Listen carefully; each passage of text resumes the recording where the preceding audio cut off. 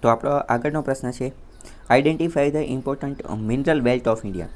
ભારતની અંદર મિનરલ એટલે કે ખનિજ માટેના જે બેલ્ટ, જે પટ્ટા આવેલા છે આખા ભારતની અંદર, આ ભારતના નકશાની અંદર જે કોઈ પણ જગ્યાએ મિનરલ સૌથી વધુ મળી આવતા હોય એને મિનરલ બેલ્ટ કહે છે. તો એવા કેટલા છે અને કઈ કઈ જગ્યાએ આવેલા છે અને એનું ઇમ્પોર્ટન્સ, મહત્ત્વ શું છે એ આપણે જણાવવાનું છે.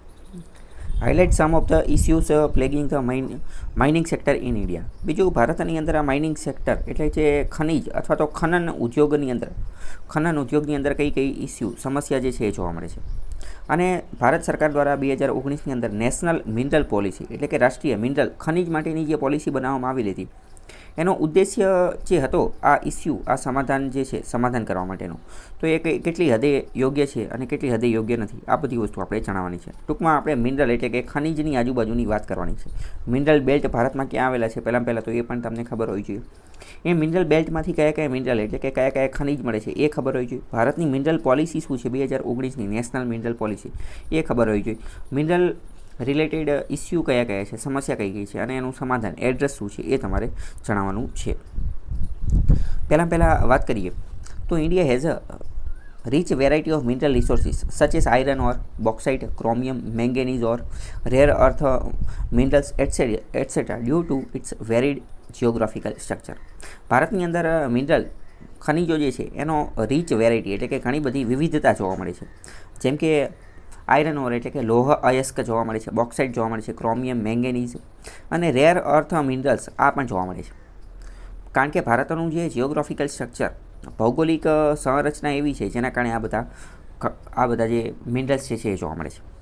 રેર અર્થ મિનરલ્સ એટલે એ જ મિનરલ્સ કે જે ઇલેક્ટ્રોનિક આઇટમમાં, એરક્રાફ્ટ બનાવવામાં, ડિફેન્સની આઇટમમાં, કોમ્પ્યુટર ચિપ બનાવવામાં એ બધામાં જે છે એ ઉપયોગ આવે, એ rare earth minerals. Rare earth minerals ઉપર બીજા પણ 1-2 વિડીયો છે આ ચેનલ ઉપર જ, એ તમે જોઈ લેશો. હવે આપણે ભારતની અંદર બેલ્ટ કયા કયા આવેલા છે, મિનરલના બેલ્ટ એ જોઈએ. પહેલો આપણો મિનરલનો બેલ્ટ જે છે ને એ છે north eastern plateau belt. North eastern એટલે કે ઉત્તર પૂર્વવાળો. પ્લેટુ એટલે કે ઉચ્ચ પ્રદેશ. ઉત્તર પૂર્વનો જે ઉચ્ચ પ્રદેશનો જે બેલ્ટ જે છે ને એ આની અંદર કયા કયા આવશે તો કે ઝારખંડ, વેસ્ટ બેંગોલ, ઓડિશા અને છત્તીસગઢવાળો વિસ્તાર જે છે એને આપણે નોર્થ ઇસ્ટર્ન પ્લેટુ બેલ્ટ કહીએ છીએ, આ બધા વિસ્તારવાળો. અને અહીંયા શું આવેલું છે, ત્યાં ભારતનું મોટાભાગનું કોલસાનું પ્રોડક્શન થાય છે અને આયરન ઓર એટલે કે લોહ અયસ્ક આવેલી છે. અને તમે જોયું હશે, સાચી વાત છે કે ત્યાં તો બધું લોખંડ અને કોલસો જે છે મળી આવે છે. લોખંડ અને કોલસો એ સૌથી વધુ ત્યાં મળી આવતો હોય, એના કારણે તો સૌથી વધુ સ્ટીલ પ્લાન્ટ જે છે એ પણ ત્યાં જ આવેલા છે. આપણે શરૂઆતમાં જે પ્લાનિંગ કમિશન દ્વારા પંચવર્ષીય યોજના જે લોન્ચ કરેલી હતી, તો શરૂઆતની પંચવર્ષીય યોજના અંતર્ગત બોકારો અને દુર્ગાપુરને અલગ અલગ સ્ટીલ પ્લાન્ટ લોન્ચ કરેલા હતા અલગ અલગ દેશોની સહાયતાથી. તો એ બધા આની આજુબાજુ ઓડિશા, છત્તીસગઢ ને વેસ્ટ બેંગોલની યાદ તો લોન્ચ કરેલા હતા. તો પહેલાં આવશે નોર્થ ઇસ્ટર્ન પ્લેટુ બેલ્ટ. બીજા નંબરનો આવશે north western belt. North western belt એટલે કેવો તો કે નોર્થ એટલે કે ઉત્તર, વેસ્ટર્ન એટલે પશ્ચિમ. આ નોર્થ વેસ્ટર્ન બેલ્ટની અંદર ગુજરાત અને રાજસ્થાનવાળો વિસ્તાર આવશે. તો ગુજરાત અને રાજસ્થાન આ વિસ્તારમાં શું મળે છે, આની અંદર અરવલ્લીનો આખો પ્રદેશ જે છે એ પણ આવી જશે. સેન્ડસ્ટોન એટલે કે રેતીના પથ્થરો જે છે એ મળે છે. ગ્રેનાઇટ જે છે એ મળે છે. માર્બલ મળે છે. યુરેનિયમ મળે છે અને પેટ્રોલિયમ મળે છે.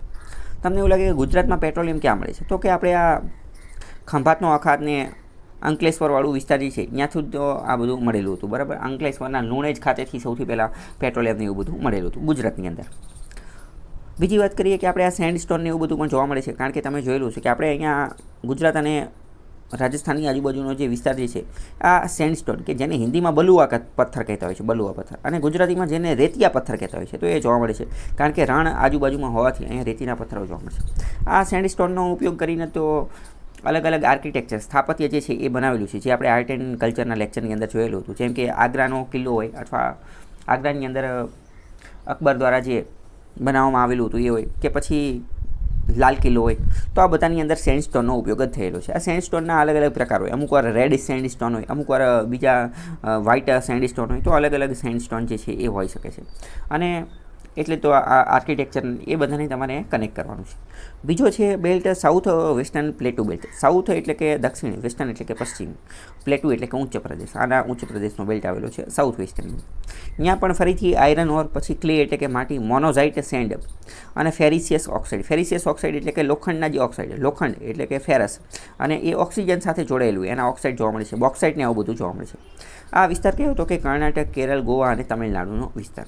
આ મોનેઝાઇટ સેન્ડ એટલે કે મોનેઝાઇટ સેન્ડ એટલે કે આ કર્ણાટક અને કેરળનો જે દરિયા દરિયા કિનારો જે છે એ દરિયા કિનારાના વિસ્તારની અંદર જે રેતી જોવા મળે છે ને એને મોનેઝાઇટ સેન્ડ કહે છે. તમને એવું લાગે કે ભાઈ રેતીનું આમાં લખવાનું શું જરૂર? રેતીનું લખવાનું એ જરૂર કે આ મોનેઝાઇટ સેન્ડ એ બહુ અલગ લેટેસ્ટ પ્રકારની છે. કેમ? કારણ કે આ મોનોઝાઇટ સેન્ડની અંદરથી જે છે એ આ મોનોઝાઇટ સેન્ડની અંદરથી તો ભારતની અંદર જે છે એ યુરેનિયમની એક અવેજી વસ્તુ છે. યુરેનિયમની શું છે? એક અવેજી વસ્તુ છે કે જેની અંદરથી આપણે ન્યુક્લિયર એનર્જી, પરમાણુ ઉર્જા જે છે ને એ પ્રાપ્ત કરી શકીએ છીએ, એ મળે છે અને એનું નામ છે થોરિયમ. બરાબર. પ્રશ્ન પૂછે કે ભારતની અંદર થોરિયમ મળે છે? તો કે હા મળે છે. કઈ જગ્યાએથી? તો કે આ મોનેઝાઇટ સેન્ડ જે છે ને એની અંદરથી મળે છે. અને ભારતની અંદર થોરિયમના ઘણા બધા રિઝર્વ છે, પુષ્કળ પ્રમાણમાં. યુરેનિયમ આપણી પાસે એટલું મોટી પ્રમાણમાં છે ને, એટલી માત્રામાં છે ને, આપણે બહારથી મંગાવવું પડે છે. એટલે જો ભારતે એવી ટેકનોલોજી વિકસાવી લે, અત્યારે આ ટેકનોલોજી ઓલરેડી ડેવલપિંગ સ્ટેજ ઉપર છે, કે જો ભારતે એવી ટેકનોલોજી બનાવી લે કે જે ન્યુક્લિયર એનર્જી આપણે મોનોઝાઇટ સેન્ડમાંથી જે છે, મોનોઝાઇટ સેન્ડમાંથી થોરિયમને એક્સટ્રેક્ટ કરી લઈએ અને એમાંથી જો આપણે ન્યુક્લિયર એનર્જી બનાવી લઈએ તો આપણે આ ફિલ્ડની અંદર આત્મનિર્ભર બની જઈએ અને આપણે આ જે એનર્જી ઉપર, ઉર્જા માટે જે બહારના દેશો ઉપર જે નિર્ભર રહેવું પડે છે એ આપણી નિર્ભરતા પણ દૂર થાય. એટલે આ બધી વસ્તુ અત્યારે શું તો કે નાસ્કેન્ટ સ્ટેજ ઉપર અથવા તો જે ડેવલપિંગ સ્ટેજ ઉપર છે, ધીમે ધીમે આ રિસર્ચ ને એવું બધું આની ઉપર થઈ રહ્યું છે. બીજું આપણે એક બેલ્ટ છે હિમાલયન બેલ્ટ. હિમાલયન બેલ્ટ એટલે કે આ હિમાલયના વિસ્તારવાળો જે બેલ્ટ જે છે, જમ્મુ કાશ્મીરથી લઈને તો છેક અરુણાચલ પ્રદેશ સુધીનો, અસમ સુધીનો, એ આખો હિમાલયન બેલ્ટ. ત્યાં સૌથી વધુ તો કોલ એટલે કે કોલસો જોવા મળે છે. કોલસો સબ હિમાલયન ઈસ્ટર્ન રિજન, પૂર્વના આ વિસ્તારો જે છે, આ મેઘાલયની અંદર કોલસો જોવા મળે છે, એ તમે જોયેલો છે. મેઘાલયની અંદર રેડ કોલ માઇનિંગ પણ થાય છે, કાર્બન માટેનું ને કોલસા માટેનું ને બધું, તો એ અહીંયા જ આવેલું છે. પછી હાઇડ્રોકાર્બન જે છે એ મોટે ભાગે આસામની અંદર જોવા મળે છે. હાઇડ્રોકાર્બન એટલે શું? હાઇડ્રોકાર્બન એટલે કે એવા પદાર્થો કે જેમાં હાઇડ્રોજન અને કાર્બન બંને હોય, હાઇડ્રોજન અને કાર્બન બંને, જેની અંદર નેચરલ ગેસ આવી જાય, જેની અંદર મિથેન આવી જાય, ઇથેન આવી જાય, પ્રોપેન આવી જાય, બ્યુટેન આવી જાય. આ બધી વસ્તુ જે છે આવી જશે. કાર્બન અને હાઇડ્રોજન બંનેનું સંમિશ્રણ હોય એને હાઇડ્રોકાર્બન કહેવાય. તો એ અસમ અને મેઘાલયની અંદર જે છે એ જોવા મળે છે.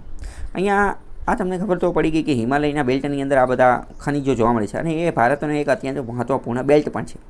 અહીં હું તમને એક મહત્ત્વની વસ્તુ સમજાવવા માગીશ. યુપીએસસી આની પહેલાં એકવાર પ્રશ્ન પૂછેલો હતો કે હિમાલયન રિજિયન જે છે, હિમાલયન રિજિયન, અહીંયા કોઈ પણ પ્રકારના ખનિજ જોવા મળતા નથી. There is no mineral found in Himalayan region. તો હવે સમજો, આ તમે સમજેલા હોય અત્યારે તો તમે આ વસ્તુ સમજ્યા, તો આ વસ્તુના આધારે તમે ડાયરેક્ટ જ એલિમિનેટ કરી નાખો કે એ વિધાન ખોટું હતું. કેમ? કારણ કે હિમાલયની અંદર તો એ તો ભારતનો one of the major mineral belt છે. ભારતનો એક એવો મિનરલ ખનિજ માટેનો બેલ્ટ પટ્ટો છે કે જ્યાં મોટા પ્રમાણમાં ખનિજો મળે છે. કયા તો કે કોલસો અને હાઇડ્રોકાર્બન એ બધું મળે છે. તો એના આધારે પણ તમે એ આન્સર સુધી જે છે પહોંચી શકતા હતા. બીજી વાત કરીએ, nickel, gold, silver, cobalt, lead, આ બધા અલગ અલગ જે છે પદાર્થો એ પણ જોવા મળે છે. આ પણ અલગ અલગ ખનિજો પણ જોવા મળે છે. બીજી વાત કરીએ, some of the issues faced by the mining sector. તો ભારતની અંદર માઇનિંગ સેક્ટરની અંદર સમસ્યા કઈ છે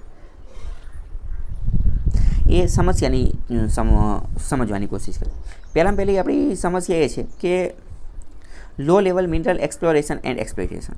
પહેલાં તો સમગ્ર ભારતનો વિસ્તાર બહુ મોટો છે, તો આપણે આખા ભારતની અંદર બધી જ જગ્યાએ એક્સપ્લોરેશન કરેલું જ નથી. હજી ઘણી બધી એવી જગ્યા છે કે જ્યાં મિનરલ મળવાની આશંકા છે, પરંતુ હજી આપણે અહીંયા શોધખોળ કરેલી નથી, એક્સપ્લોરેશન કરેલું નથી. ભારતની અંદર પ્રાઇવેટ સેક્ટર જે છે એને હજી એટલું બધું છૂટ આપેલી નથી કે આવી રીતે એક્સપ્લોરેશન એ બધું કરી શકે. બીજું, જેટલી પણ જગ્યાએ આપણને મિનરલ્સ મળેલા છે ત્યાં પણ આપણે પૂરતી માત્રામાં એનું એક્સપ્લોઇટેશન કરેલું નથી. એટલે કે પૂરતી માત્રામાં એને એક્સટ્રેક્ટ એટલા મિનરલ જે છે એ બહાર કાઢેલા નથી. એને પણ હજી જેટલા ટકા હોય એમાંથી હજી બહુ ઓછા આપણે જે છે કાઢેલા છે. તમને પ્રશ્ન થાય કે આ મિનરલનું એક્સપ્લોરેશન કઈ રીતે થાય? ખબર કેમ પડે કે કઈ જગ્યાએ મિનરલ હશે ને કઈ જગ્યાએ નહીં હોય? તો આની માટે ઘણું બધું રિસર્ચ એન્ડ ટેકનોલોજી, R&D જે છે, રિસર્ચ કરવું પડે. આની માટે ડેડિકેટેડ બોડી, ડેડિકેટેડ સંસ્થા જે છે એની સ્થાપના કરવાની હોય. સેટેલાઇટ ઇમેજીસનો એનો ઉપયોગ કરવાનો હોય. સેટેલાઇટ ઇમેજીસ, એક્સરે, આ બધી વસ્તુના આધારે જમીનની અંદર જે છે એ કિરણો નાખી અને ચેક કરવું પડે કે શું નીચે કોઈ પણ પ્રકારના ખનિજ હોવાની સંભાવના રહેલી છે કે નથી રહેલી. ભારતની અંદર આ ONGC ને બીજી અમુક સંસ્થાઓ જે છે એ આ કામ કરતી હોય છે. આની માટે જો પ્રશ્ન પૂછે કે આની માટે શું કરવું જોઈએ, તો પહેલાં તો PPP મોડની અંદર આને જે છે એ આગળ વધારવું જોઈએ, એવું એક તમે સજેશન જે છે આપી શકો છો. તો પહેલી સમસ્યા તો આ થઈ. તો India is a mineral rich country and has a favourable geological milieu. તો આપણે એક તો મિનરલ રીચ કન્ટ્રી તો છીએ જ છીએ, ફેવરેબલ કન્ડિશન પણ આપણે અહીં આવેલી છે જિયોગ્રાફીની દ્રષ્ટિએ, પરંતુ તેમ છતાં પણ આપણે એને ફૂલ્લી એક્સપ્લોર્ડ સંપૂર્ણપણે એક્સપ્લોર કરેલા નથી, એનું મૂલ્યાંકન પણ કરેલું નથી. અને and exploited production to import of minerals is in the ratio of 1:10 mainly due to non availability of raw material for industrial ડોમેસ્ટિકલી.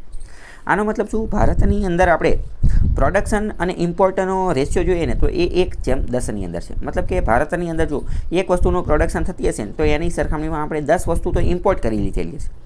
આવું એટલા માટે છે કારણ કે non availability of raw materials ભારતની અંદર ડોમેસ્ટિક રીતે એટલે કે ઘરેલું રીતે જેટલી પણ ઇન્ડસ્ટ્રી ઉદ્યોગ ચાલે છે એ બધાનું રો મટીરિયલ કાચો માલ મોટે ભાગે આપણે બહારથી જ મંગાવીએ છીએ, એ ભારતની અંદર આપણે અવેલેબલ થતો નથી, અથવા તો અવેલેબલ થતો હોય તો આપણે એનું હજી એક્સપ્લોરેશન કરેલું નથી. તો આ એક સૌથી મોટી સમસ્યા છે કે આપણે એક્સપ્લોરેશન કરેલું નથી અને એક્સપ્લોઇટેશન કરેલું નથી.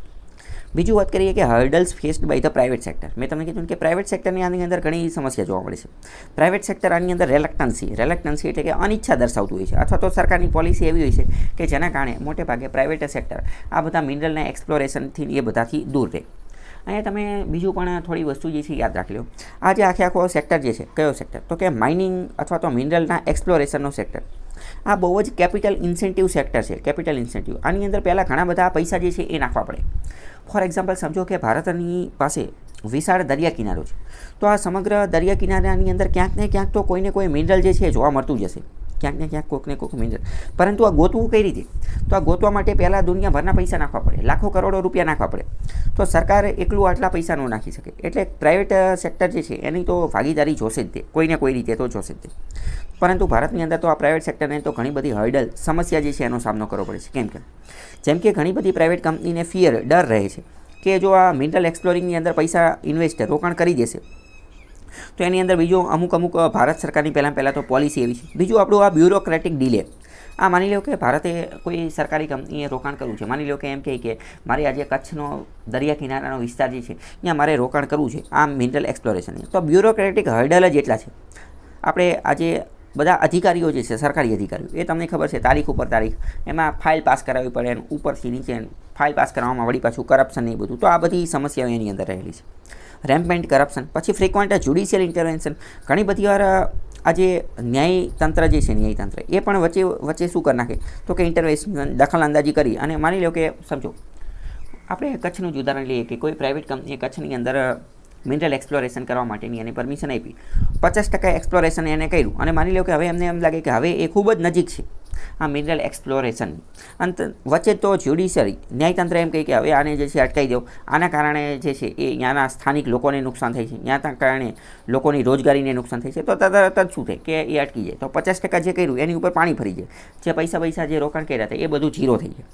બીજી એક મહત્ત્વની વસ્તુ અહીંયા તમે એ પણ લખી શકો છો, એન્વાયરમેન્ટલ ઇમ્પેક્ટ અથવા એનજીટી નેશનલ ગ્રીન ટ્રિબ્યુનલનો મુદ્દો જે છે એ પણ તમે લખી શકો છો.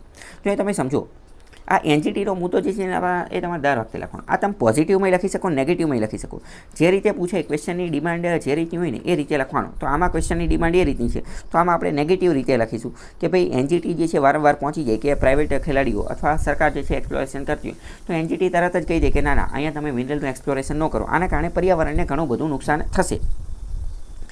આપણે થોડાક ઉદાહરણ જોઈએ, જેમ કે એલોકેશન ઓફ 214 કોલ બ્લોક્સ જે છે એ આપવામાં આવેલા હતા, પરંતુ સુપ્રીમ કોર્ટે 2014ની અંદર એ પ્રાઇવેટ કંપનીને જે આપેલા હતા એ બીડને જ રદ કરી નાખી, બરાબર. તો હવે એ કંપનીને તો ઘણું બધું નુકસાન થયું. બીજી વાત કરીએ, ભારતની અંદર માઇનિંગ જે થાય છે એ ઇલીગલ ગેરકાયદેસર રીતે થાય છે અને અનસાયન્ટિફિક અવૈજ્ઞાનિક દ્રષ્ટિકોણથી જે છે એ થતી હોય છે. આપણે તમે જોયેલું હશે, જેમ કે આ મેઘાલયની અંદર મેં તમને કીધું રેટ હોલ માઇનિંગ થાય છે. ગુજરાતની અંદર તો ઘણી બધી તમે કદાચ તમારા આજુબાજુમાં જોયેલું હશે. તો ઇલીગલ મોટાભાગની જે ખાણ ચાલતી હોય એ બધી ગેરકાયદેસર નહીં હોય, એની માટે એની લીઝ લીધેલી ન હોય, અથવા તો લીઝ લીધેલી હોય એની એક્સપાયરી થઈ ગઈ હોય તો એમ ધમધોકાર જે છે એ ચાલતી હોય. તો ઇલીગલ માઇનિંગ એ ભારતની અંદર રેમ્પેન્ટ એક બહુ ખતરનાક વસ્તુ છે. ડિસ્પાઇટ રૂલ્સ 21 જેટલા રાજ્યોએ જે છે એ MMDR એક્ટ છે 1957 MMDR act, mines and minerals development and regulation act. આના અંતર્ગત ખાણ અને ખનન ઉદ્યોગ જે છે અને ખનિજ ઉદ્યોગ જે છે એનું ડેવલપમેન્ટ વિકાસ કરવામાં આવે છે અને એને કંટ્રોલ પણ રાખવામાં આવે છે. આના અંતર્ગત હકીકતમાં મિનરલ્સ જે છે ને એ રાજ્ય યાદીનો વિષય છે. તો આ રાજ્ય આઈ એમ નોટ શ્યોર રાજ્ય યાદીનો છે કે નહીં, તમે એકવાર ચેક કરી લેજો. યા તો રાજ્ય યાદીનો છે યા તો કોન્કરન્ટ એટલે કે સંવર્ત યાદીનો છે, તમે એકવાર ચેક કરી લેજો. તો MMDRનો ઉપયોગ કરીને 21 જેટલા રાજ્યોએ આની માટેના કાનૂન બનાવેલા છે, જેના અંતર્ગત ઇલીગલ માઇનિંગ જે છે એ અટકાવી શકાય સેક્શન 23C ઉપયોગ કરીને, પરંતુ તેમ છતાં પણ આને અટકાવી શકાયેલું નથી. ઇલીગલ માઇનિંગ જે છે એ અનસાયન્ટિફિકની અંદર પણ જોવા મળે છે, જેમ કે સેન્ડ માઇનિંગ. ગોવાની અંદર સેન્ડ માઇનિંગ જે છે એ જોવા મળે છે. રેતી, તાત્કાલિક રેતી ઉપાડી લે. તો આમાં કેવું હોય કે રેતીનું તમે ખનન કરો કંઈ વાંધો નહીં, પરંતુ કેટલી રેતી જે છે એ કાઢવી એ પણ મહત્ત્વનો પ્રશ્ન છે. પછી માની લો કે તમે રેમ્પેન્ટ બહુ વિશાળ પુષ્કળ પ્રમાણમાં તમે રેતી કાઢી લો, તો એના કારણે એનું જે ઇકોલોજીકલ બેલેન્સ હોય, એની ઇકોસિસ્ટમ હોય, એને પણ નુકસાન થતું હોય. એ રેતી ત્યાંથી જતી રહે તો એના કારણે એની જે સજીવ સૃષ્ટિ, જીવસૃષ્ટિ, એની જે પ્રાણી સૃષ્ટિ, પક્ષી સૃષ્ટિ, સજીવ સૃષ્ટિ, એને ઘણું નુકસાન થતું હોય. આજુબાજુમાં જે ફિશરીઝ, માછલીઓ હોય, દરિયાઈ જીવસૃષ્ટિ હોય, તો એને ઘણું નુકસાન થતું હોય. એટલે એનું ઇકોલોજી અને ઇકોસિસ્ટમને પણ ધ્યાને લેવું પડે. રેડ ઓલ માઇનિંગ મેઘાલયની અંદર આપણે જે વાત થઈ હતી, એન્વાયરમેન્ટલ ઇસ્યુ, પર્યાવરણીય સમસ્યા, જેમ કે આ માઇનિંગ કરવામાં આવે તો બાયોડાયવર્સિટી જે છે, જૈવ વિવિધતા, એનું લોસ, એનો ખાતમો થઈ જાય છે. હવાનું પ્રદૂષણ અને પાણીનું પ્રદૂષણ જે છે એ થતું હોય છે. આ ઉપરાંત આ માઇનિંગ એક્ટિવિટીની અંદર ઘણા બધા હેઝાર્ડિયસ મટીરિયલ્સ અથવા કેમિકલનો ઉપયોગ થતો હોય, જે જાનલેવા હોય છે અથવા શરીરને અથવા સજીવને નુકસાન કરતા હોય છે. સજીવને તો નુકસાન કરતા હોય જ છે, સાથે સાથે પર્યાવરણને પણ એ હેઝાર્ડિયસ એટલે કે નુકસાન કરતા હોય છે. આવી માઇનિંગ એક્ટિવિટીમાં આ બધું ઉપયોગમાં લેવાતું હોય છે. અહીંયા નકશાની અંદર જો તમે બધા બેલ્ટ જે છે એ જોઈ શકો છો. પહેલો આપણે જોયો તો નોર્થ વેસ્ટર્ન પ્લેટુ બેલ્ટ, કે જે અહીંયા આવેલો હતો. અહીંયા કોલ અને શું આવેલું હતું, તો કે કોલ અને જે સ્ટીલ અથવા સ્ટીલ નહીં પરંતુ આયરન ઓર જે છે એ જોવા મળતું હતું. પછી બીજા નંબરનો આપણે જોયો હતો કે આ નોર્થ વેસ્ટર્ન બેલ્ટની અંદર અથવા તો ઓનલી વેસ્ટર્ન બેલ્ટ ગુજરાત અને મહારાષ્ટ્ર, કે જેમાં સેન્ડસ્ટોન, માર્બલ એ બધું જે છે આવેલું હતું. પછી આપણે કયો જોયેલો હતો, તો પછી આપણે આ વિસ્તાર જે છે જોયેલો હતો કે જ્યાં પણ કોલ અને એ બધી વસ્તુ જે છે એ જોવા મળતો હતો, જેને આપણે કયો કહીશું તો કે સાઉથ વેસ્ટર્ન પ્લેટુ જે છે કહે છે આ વિસ્તાર, કે સાઉથ વેસ્ટર્ન પ્લેટુ. પછી બીજો એક વિસ્તાર આપણે જે જોયો હતો એ આ હિમાલયન બેલ્ટ જે છે જોયેલો હતો. તો આ બધા બેલ્ટ જે છે એ પણ તમને ખબર હોય છે. બીજો એક ફરીથી ઇસ્યુ જોઈ લઈએ તો displacement and human right issue. કોઈ પણ જગ્યાએ જ્યાં મિનરલ એક્સપ્લોરેશન કરવાનું હોય તો અહીંયા જે લોકો રહેતા હોય, ત્યાંના જે સ્થાનિક લોકો, ઇન્ડિજિનિયસ લોકો, તો એનું ડિસ્પ્લેસમેન્ટ કરવું પડે, સ્થળાંતરણ કરવું પડે, અને આના કારણે એમના હ્યુમન રાઇટ્સ, માનવ અધિકારોનું ઉલ્લંઘન થતું હોય. મોટા પ્રમાણમાં લોકોનું ડિસ્પ્લેસમેન્ટ કરવું પડે, લોકલ લોકોનું, આ માઇનિંગ એક્ટિવિટીના કારણે. અને જ્યારે આ બધી વસ્તુના કારણે એમનું ડિસ્પ્લેસમેન્ટ કરે તો આની માટેના રિહેબિલિટેશન મેઝર એ પૂરતા પ્રમાણમાં લેવામાં આવતા નથી. કાગળની અંદર, ચોપડાની અંદર, ફાઇલની અંદર તો એવું કીધેલું હોય કે આ જગ્યાએ, માની લો કે આ જગ્યાએ મિનરલ એક્સપ્લોરેશન કરવામાં આવે છે, તો અહીંના લોકો જે છે એમને યોગ્ય રીતે બીજી કોઈ જગ્યા જે છે ત્યાં એમને મકાન આપવામાં આવશે, ત્યાં એમને આની માટેનું વળતર આપવામાં આવશે. તો ફાઇલની અંદર તો એ બધું દઈ દીધેલું હોય, પરંતુ ઓરિજિનલમાં એ લોકો જે છે એ અન્યાયનો સામનો કરતા હોય અને એમને મળેલું જોતું નથી. ઘણી બધી વાર આ મુદ્દો પણ સામે આવેલો છે કે આપણે આજે પૂતળું બનાવી દીધું, statue of unity, Kevadia colony, નર્મદાની અંદર, તો ત્યાંના આદિવાસીઓ હજી પણ ઘણી બધી વાર જે છે એ વલખા મારતા હોય છે કે અમને હજી પણ વળતર મળેલું નથી. અમને કીધેલું હતું કે અહીંથી તમે જમીન ખાલી કરી નાખો, તમને બીજી સારી જગ્યાએ સારી એવી જમીન મળી જશે, પરંતુ હજી પણ મળેલી નથી. કારણ કે પૂતળું બનાવવા માટે જમીન તો જોતી હતી, તો એ જમીન તો આદિવાસી પાસેથી લઈ લીધી, પરંતુ હજી સુધી. તો આવા મુદ્દા દરેક જગ્યાએ રહેતા જ હોય છે. કેમ? એની પાછળનું કારણ પણ એ જ છે કે ભારતની અંદર આ રેડ ટેપિઝમ, પછી આ બ્યુરોક્રેસી, પછી કરપ્શન જોવા મળે છે. તો કદાચ એકાદા ડિપાર્ટમેન્ટે દઈ દીધી હોય, પરંતુ બીજા ડિપાર્ટમેન્ટે કાગળ ઉપર દઈ દીધી હોય અને એ પોતાના આદિવાસીને નહીં બધાને દેવાને બદલે પોતાના હસ્તે કરી લીધી હોય. આવી બધી વસ્તુ પણ બૂચ મારી દીધી હોય વચ્ચે, એવું જોવા મળતું હોય છે. પછી further there are increased instances of mine related deaths. Mining related મૃત્યુનો આંક જે છે એ પણ જોવા મળતો હોય છે. એની પાછળનું મેઇન કારણ એ જ છે કે આપણે અનસાયન્ટિફિક પ્રક્રિયાનો ઉપયોગ કરતા હોય છે, વૈજ્ઞાનિક સાધનોનો એનો ઉપયોગ કરતા હોતા નથી. તો એના કારણે ઘણા બધા લોકોનું મૃત્યુ થતું હોય છે. ઘણી બધી વાર તમે ન્યૂઝમાં વાંચતા હશો કે ખાણની અંદર મજૂરોનું દબાઈ જવાથી મૃત્યુ થઈ ગયું. ઇનએડ્યુકેટ હેલ્થ કેર ફેસિલિટીઝ. અહીંયા જે વર્કર મજૂરો કામ કરતા હોય તો એમની સ્વાસ્થ્ય રિલેટેડ સેવાઓનું યોગ્ય ધ્યાન રાખવામાં આવતું નથી. તો આ બધા ઇસ્યુ જે છે આપણે જોયા. હવે આ બધા વસ્તુને ડામવા માટે સરકારે 2019ની અંદર નેશનલ મિનરલ પોલિસી જે છે એ બનાવેલી છે. સમજો, ગમે ત્યારે mineral related, mining related question પૂછાય તો તમારા સરકારની બે પહેલ તો આવવી જોઈએ. તો એક તો આ MMDR એટલે કે mines and minerals development and regulation act. આ MMDR એક્ટ જે છે ને એ UPSCનો તો ફેવરિટ છે. એ પ્રિલિમ્સ અને મેન્સની અંદર દર વખતે આની અંદરથી એકાદો પ્રશ્ન તો પૂછે જ છે, પરંતુ GPSCમાં MMDRનું એટલું બધું પૂછાતું નથી. પણ મેં તમને કીધું કે માઇન્સ અને મિનરલ્સ વિશે પ્રશ્ન પૂછે તો આ MMDR એક્ટ તમારા આન્સરમાં આવવો જોઈએ. અને બીજું આ નેશનલ મિનરલ પોલિસી જે છે એ પણ તમારા આન્સરની અંદર આવવી જોઈએ. તો આ પોલિસી અંતર્ગત સમસ્યાનું સમાધાન કરવાની કોશિશ કરેલી હતી. પહેલાં તો પહેલું જ કીધેલું હતું કે right of first refusal for reconnaissance permit and prospecting licence, RP અને PL. હોલ્ડર્સ, જેના કારણે પ્રાઇવેટ સેક્ટર જે છે એ વધુ એક્સપ્લોરેશન કરી શકે. આના અંતર્ગત એવું નક્કી કરવામાં આવેલું હતું કે કોઈ પ્રાઇવેટ ખેલાડી માની લો કે જે આ ફિલ્ડ સાથે જોડાયેલો છે, કયા ફિલ્ડ, એ કોલસાનો હોઈ શકે, એ બોક્સાઇટનો હોઈ શકે, અલગ અલગ ફિલ્ડ સાથે જોડાયેલો છે, તો પ્રથમ એને મોકો આપવામાં આવશે.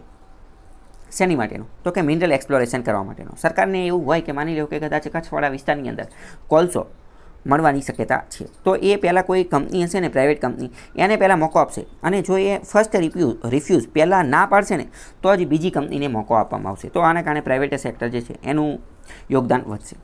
બીજું, it grants status of industry to the mining activity. અને આના કારણે બીજું એક શું કામ કર્યું આ પોલિસી અંતર્ગત? માઇનિંગ એક્ટિવિટી, ખાણ ખનીજ ખનનની પ્રવૃત્તિ જે છે એને ઇન્ડસ્ટ્રી, ઉદ્યોગનો દરજ્જો આપી દીધો. ઉદ્યોગનો દરજ્જો, તો ઉદ્યોગનો દરજ્જો આપ્યો, આના કારણે શું થાય? તો આના કારણે થશે કે ઉદ્યોગ માટે અલગ અલગ લોનને એવું બધું મળી જશે, ફાઇનાન્સિંગને એવું બધું મળી જશે. ઉદ્યોગને જે નીતિ નિયમો લાગુ પડતા હશે ને એ જ બધા આને લાગુ પડશે. અત્યાર સુધીમાં માઇનિંગ માટેના નિયમો જે છે એ ક્યાંય પહેલાં તો લખેલા ન હતા, અને જે લખેલા હતા એ પણ વેગ હતા. તો આના કારણે અસ્પષ્ટતાના કારણે જે છે બધું ફાઇનલ થઈ શકતું નહોતું. અને લોન લેવાની બધા માટે જાય, માની લો કે લોન લેવા જાય અને એમ કે મારે મિનરલ માટે લોન જોઈએ છે, તો મળતી નથી. કેમ? કારણ કે એ ઉદ્યોગોની કેટેગરીમાં આવતું નહોતું. તો હવે શું થશે? ઉદ્યોગો માટે સરકાર જે કોઈ પણ પોલિસી બનાવશે તો એ ઓટોમેટિક જ આને જે છે એ લાગુ પડી જશે. બીજું, long term import export policy for minerals. Mineral માટે આપણે લાંબા ગાળાની ઇમ્પોર્ટ અને એક્સપોર્ટની પોલિસી બનાવેલી છે, જેના કારણે પ્રાઇવેટ ખેલાડીઓ જે છે એ આની અંદર આવશે, યોગ્ય પ્લાનિંગ કરી શકશે, લાંબા ગાળાનું પ્લાનિંગ કરી શકશે, અને સ્ટેબિલિટી જે છે એ જળવાઈ રહેશે. સ્ટેબિલિટી જળવાવી ખૂબ જરૂરી છે, કારણ કે મેં તમને કીધું કે માની લો કે કોઈ પ્રાઇવેટ ખેલાડી કોઈ જગ્યાએ એક્સપ્લોરેશન કરે છે, 50% એક્સપ્લોરેશન કર્યું પછી સુપ્રીમ કોર્ટ ના પાડી દે, પ્રતિબંધ મૂકી દે, અથવા એનજીટી ના પાડી દે, તો એવું ચાલે નહીં. સ્ટેબિલિટી હોવી જરૂરી છે, સ્થિરતા હોવી જરૂરી છે. અથવા તો માની લો કે અત્યારે કોઈ ફલાણી સરકાર છે, એણે પરવાનગી આપી દીધી, અને જેવી સરકાર બદલાય અને એ પરવાનગી જે છે રદ કરી નાખે, તો આવું ચાલે નહીં. સ્ટેબિલિટી હોવી જરૂરી છે. બીજું, utilization of the DMF, district mineral fund. આ જે MMDR જે છે ને, mines and minerals development and regulation act, એના અંતર્ગત એવું નક્કી કરેલું હતું કે DMF બનાવવામાં આવશે, ડિસ્ટ્રિક્ટ મિનરલ ફંડ. આ દરેક જિલ્લા લેવલે બનાવવામાં આવશે. આ ફંડ આની અંદર અમુક પ્રકારના પૈસા ભેગા કરવામાં આવશે. આ પૈસા આપશે કોણ? તો આ પૈસા જે મિનરલ એક્સપ્લોરેશન કરવાવાળી કંપની જે છે ને એ આપશે. આપણે જોયું કે આ મિનરલ એક્સપ્લોરેશન કરવાથી અમુક પ્રકારનું પર્યાવરણને તો નુકસાન થશે, તે આજુબાજુના ઇન્ડિજિનિયસ લોકોને પણ નુકસાન થશે. તો આ નુકસાનની ભરપાઈ કરવા માટે એ કંપની જે છે એ એક ફંડ, એક તિજોરી બનાવશે, અને એની અંદર પૈસા ભેગા કરશે, અને આ પૈસાની મદદથી જે ત્યાંના લોકલ લોકો જે છે ત્યાં ડેવલપમેન્ટના પ્રોજેક્ટ જે છે એ કરવામાં આવશે. આપણે આ ઓલા જેવી વસ્તુ છે, CSR જે છે ને, કોર્પોરેટ સોશિયલ રિસ્પોન્સિબિલિટી, એના અંતર્ગત શું નક્કી કરેલું છે કે 2% કોઈ પણ કંપની કંઈ કામ કરતી હશે તો એને પર્યાવરણને ક્યારેક ને ક્યારેક કોકને કોક તો નુકસાન પહોંચાડેલું જશે, તો એ નુકસાનના ભરપાઈ માટે 2% જે છે એ વાપરવામાં આવશે. તો એવી જ વસ્તુ માઇનિંગ સેક્ટરની અંદર આ ડિસ્ટ્રિક્ટ મિનરલ ફંડ છે, કે જે જિલ્લાની અંદર શું કરશે તો કે ડેવલપમેન્ટના પ્રોજેક્ટ કરશે.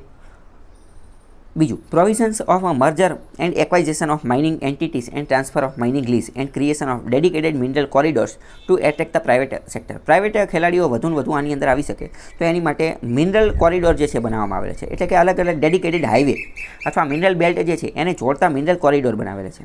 બીજું, નાની કંપની જે છે એને મર્જ કરી અને જે છે મોટી કંપની બનાવવાની કોશિશ કરી છે, માઇનિંગ લીઝ ટ્રાન્સફર કરવાની વસ્તુ, અને આ એક્વાઇઝેશન માટેનું આ બધું જે છે એ કરેલું જ છે. બીજું, ઇટ હાર્મોનાઇઝિસ ટેક્સ સ્ટ્રક્ચર જે છે એને હાર્મોનાઇઝ એકત્રીકૃત કરેલું છે. લેવીઝ અને રોયલ્ટી. જો અત્યાર સુધીમાં એવું જોવા મળતું હતું કે રોયલ્ટી એટલે શું, તો કે પ્રાઇવેટ ખેલાડી લોકો જે છે એ પણ માની લો કે એક્સપ્લોરેશન કરે તો એમને પણ અમુક પ્રકારની રોયલ્ટી સરકારને આપવી પડે. તો અત્યાર સુધી આ રોયલ્ટી જે છે એ ખૂબ મોટા પ્રમાણમાં, જૂજ પ્રમાણમાં લેવામાં આવતી હતી, તો એનું પ્રમાણ અત્યારે સરકારે ઘટાડેલું છે. ગ્લોબલ બેન્ચમાર્ક એટલે કે આંતરરાષ્ટ્રીય ધોરણોએ જે નીતિ નિયમો ચાલતા હોય એને આપણે અપનાવેલા છે. બીજું, provisions for governance, IT enabled system, awareness, information campaign. આ બધી વસ્તુને વધુ મજબૂત બનાવેલી છે, જેના કારણે રેગ્યુલેશન કરી શકે. કઈ વસ્તુનું? તો કે ઇલિગલ માઇનિંગનું અને અનસાયન્ટિફિક માઇનિંગનું. જો અવેરનેસ, જાગૃતિને એ બધું ફેલાવવામાં આવશે, જો માની લો કે આ લીઝ લેવા માટેની પ્રક્રિયા ગવર્નન્સ બધું ઓનલાઈન જ કરી દેવામાં આવશે, તો કરપ્શન, બ્યુરોક્રેટિક હર્ડલ્સ, આ બધી વસ્તુ જે છે એ અટકાવી શકાશે. IT ઇનેબલ્ડ સોલ્યુશન, આ બધાનો જો ઉપયોગ કરવામાં આવશે તો. બીજું, જો અહીંયા એક વસ્તુ તમે નોટ કરેલી છે કે બધી જગ્યાએ જે છે ને એ પ્રાઇવેટ સેક્ટરને તો વધુ ફોકસ કરેલું છે. હવે જો અહીંયા તમે થોડુંક એનાલિસિસ કરતા હશો ને તો તમે એક વસ્તુ નોટ કરેલી છે કે અત્યારની સરકાર જે છે એની મોટા ભાગની પોલિસી એવી જોઈ છે કે જેમાં એ ખાનગી લોકો, પ્રાઇવેટ લોકો જે છે એને વધારે ઇન્કરેજ કરવામાં આવે અથવા એનું પાર્ટિસિપેશન જે છે એ વધારવામાં આવે. જો આવું તમારું અવલોકન હોય તો તમે એક બીજું કામ પણ કરી શકો. શું કે માની લો કે એક્ઝામની અંદર કોઈ એવી પોલિસી પૂછે કે જેના બારામાં તમને કંઈ ખબર જ નથી, તો તમે 1-2 પોઈન્ટ આવા લખી શકો કે ભાઈ આ પોલિસીના માધ્યમથી પ્રાઇવેટ સેક્ટર જે છે એનું ઇન્કરેજમેન્ટ, એનું પ્રમોશન વધારવામાં આવશે, એનું પાર્ટિસિપેશન વધારવામાં આવશે, એમને અમુક પ્રકારના રાઇટ્સ આપવામાં આવશે. ભલે તમને કાંઈ જ ખબર નથી, પણ તમને એ તો ખબર છે ને કે અત્યારની સરકાર જે છે એ પ્રાઇવેટ તરફ વધારે ઇન્ક્લિનેશન, વધારે ઝુકાવ ધરાવે છે. તો કાંઈ ખબર ન હોય તો આવા એનાલિસિસના માધ્યમથી પણ 2-3 પોઈન્ટ તો તમે આરામથી લખી શકો. આગળ વાત કરીએ, it introduces the concept of intergenerational equity that deals with the well-being not only the present generation but also future generation. Intergenerational equity એટલે કે આમાં આપણે ખાલી અત્યારે આપણે જીવીએ છીએ, આપણી પેઢીનું ધ્યાન નથી રાખવાનું. ભવિષ્યની પેઢીઓ માટે પણ એન્વાયરમેન્ટ, પર્યાવરણ બચી રહે, મિનરલ્સ, ખનિજો બચી રહે, એનું પણ ધ્યાન રાખવાનું છે. માની લો કે કોઈ જગ્યાએથી કોલસો નીકળ્યો, કોઈ જગ્યાએથી સેન્ડ મળી ગઈ, રેતી મળી ગઈ, અથવા કોઈ જગ્યાએથી યુરેનિયમ, થોરિયમ કંઈક મળી ગયું, તો એ બધું અત્યારે જ નથી કાઢી લેવાનું. એને આપણે ભવિષ્યની પેઢીઓ માટે પણ બચાવીને રાખવાનું છે. એને કહેવાય ઇન્ટરજનરેશનલ ઇક્વિટી. ઇન્ટર એટલે કે આંતર જનરેશનલ, આંતર પેઢીય ઇક્વિટી એટલે કે સમાનતા.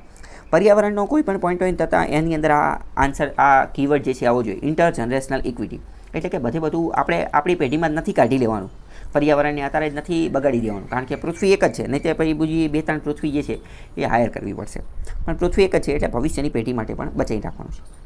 બીજું, ઇટ કોન્સ્ટિટ્યુટ એન ઇન્ટરમિનિસ્ટ્રીયલ બોડી. આ ઇન્ટરજનરેશનલ ઇક્વિટી માટે એક ઇન્ટરમિનિસ્ટ્રીયલ બોડી એટલે કે આંતર મંત્રી, અલગ અલગ મંત્રાલયોને ભેગા કરી અને એક બોડી બનાવવામાં આવી છે, અને એનું ઇન્સ્ટિટ્યુશનલાઇઝેશન, એને એક સંસ્થાગત કરી નાખેલી છે. અને આ મિકેનિઝમ જે છે એ ઇન્શ્યોર એટલે કે ખાતરી કરશે કે માઇનિંગ એક્ટિવિટીની અંદર સસ્ટેનેબલ ડેવલપમેન્ટ કરવામાં આવે, ટકાઉ વિકાસ કરવામાં આવે, એટલે કે આવનારી પેઢી માટે પણ એ રહી શકે. તો આ 2-3 કીવર્ડ તમારે યાદ રાખવાના. ઇન્ટરજનરેશનલ ઇક્વિટી, આનું ઇન્સ્ટિટ્યુશનલાઇઝેશન કરેલું છે, આની માટેનું મિકેનિઝમ બનાવેલું છે, આની એક ઇન્ટરમિનિસ્ટ્રીયલ બોડી હોય છે જે મુખ્યત્વે સસ્ટેનેબલ ડેવલપમેન્ટ માઇનિંગ સેક્ટરની અંદર થઈ શકે એનું ધ્યાન રાખે છે. અને આનું સાયન્ટિફિક લેવલે, સાયન્ટિફિક પોઈન્ટ ઓફ વ્યૂના માધ્યમથી માઇનિંગ કઈ રીતે કરાય એનું પણ ધ્યાન રાખે છે. તો પોલિસી એડ્રેસીસ, આ પોલિસી એટલે કે national mineral policy a multiple issue જે છે એનું સમાધાન કરે છે. જેમ કે પ્રાઇવેટ સેક્ટરનું પાર્ટિસિપેશન, જેમ કે ઇન્વેસ્ટમેન્ટ એટલે કે રોકાણ, જેમ કે પ્રોસિજર સિમ્પ્લિફિકેશન, આ બધી પ્રક્રિયાઓનું સિમ્પ્લિફિકેશન કઈ રીતે કરવું, એ બધી વસ્તુનું સમાધાન કરે છે. હવે આ બધી વસ્તુ લખેલી, અહીંયા અમુક વસ્તુ નથી લખેલી એ હું તમને કહી દઉં. આપણે જોયું કે માઇનિંગ અને મિનરલ્સ સેક્ટરની અંદર સરકારે જે પોલિસી, જો કે આમાં ખાલી પોલિસીનું જ કીધેલું હતું, તો આપણે ખાલી નેશનલ મિનરલ પોલિસીની વાત કરી. આ ઉપરાંત સરકારે અત્યારે MMDR એક્ટની અંદર પણ ફેરફાર કરેલો છે. MMDR એક્ટ 2019ની અંદર, એની અંદર એવો ફેરફાર કરી નાખ્યો અને એવું નક્કી કર્યું, જોકે એની માટેનો ડેડિકેટેડ વિડીયો તમને મળી જશે, પરંતુ 1-2 પોઈન્ટ હું તમને કહી દઉં. એની અંતર્ગત આજે કેપ્ટિવ માઇનિંગ જે છે ને એની ઉપર રદ કરી નાખ્યું. કેપ્ટિવ માઇનિંગ એટલે શું? પહેલાં એવું હતું કે માની લો કે તમે કોઈ ખાણ જે છે એ લીઝ ઉપર લીધી, કોઈ કોલસો લીઝ ઉપર લીધું, અને તમે કીધું કે આ કોલસાની ખાણ હું લીઝ ઉપર લઉં છું અને આ કોલસાનો ઉપયોગ હું વીજળી બનાવવા માટે કરીશ, તો પછી તમે આ કોલસાનો ઉપયોગ વીજળી બનાવવા જ કરી શકો. પછી આ કોલસાનો ઉપયોગ તમે સ્ટીલ બનાવવા માટે ન કરી શકો, અથવા કોઈ બીજી વસ્તુ માટે ન કરી શકો, અથવા તો તમે આ કોલસો પછી વેચી પણ ન શકો.